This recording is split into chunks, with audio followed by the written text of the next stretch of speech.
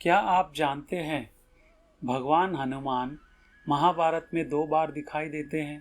रामायण में प्रमुख भूमिका निभाने वाले भगवान हनुमान महाभारत में महाबली भीम से पांडव के वनवास के समय मिले थे।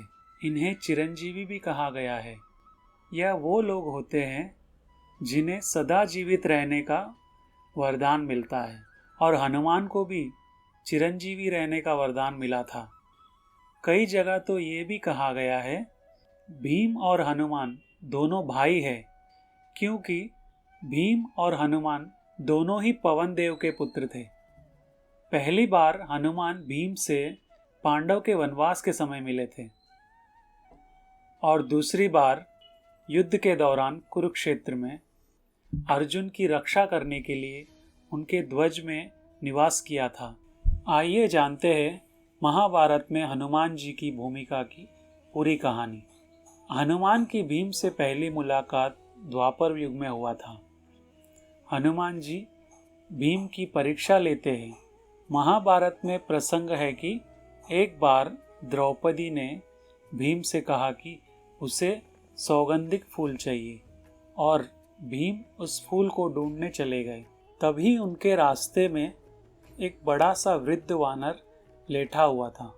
यह देखकर भीम ने वानर से कहा कि वे अपनी पूंछ हटा ले।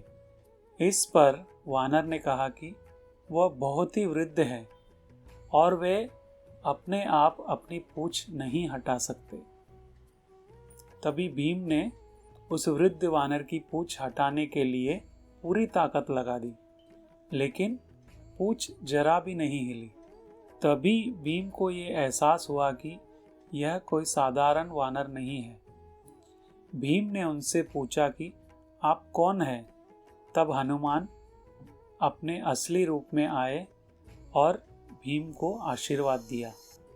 दूसरी बार युद्ध के दौरान हनुमान जी अर्जुन की रक्षा करने के लिए उनकी ध्वजा में निवास किया था। एक दिन भगवान श्री कृष्ण को छोड़कर अकेले अर्जुन वन में विहार करने गए। घूमते घूमते वे दक्षिण दिशा में रामेश्वरम चले गए, जहां उन्हें श्री राम जी का बनाया हुआ सेतु दिखाई दिया। यह देखकर अर्जुन ने कहा कि उन्हें सेतु बनाने के लिए वानरों की क्या जरूरत थी, जबकि वे खुद ही सर्वश्रेष्ठ धनुर्धारी थे। उनकी जगह मैं होता तो यह सेतु बाणों से बना देता। यह सुनकर हनुमान ने कहा कि बाणों से बना सेतु एक भी व्यक्ति का भार संभाल नहीं सकता है।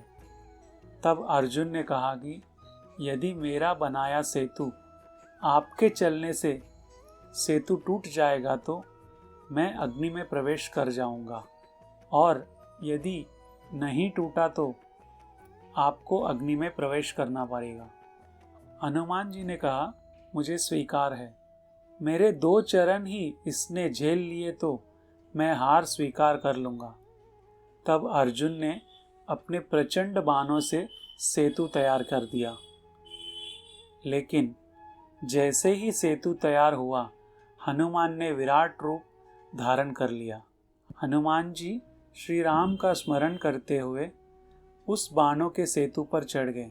पहला पग रखते ही सेतु सारा का सारा डगमगाने लगा। दूसरा पैर रखते ही सेतु चरमरा गया। यह देखकर अर्जुन ने अपने आप को खत्म करने के लिए अग्नि में कूदने चले।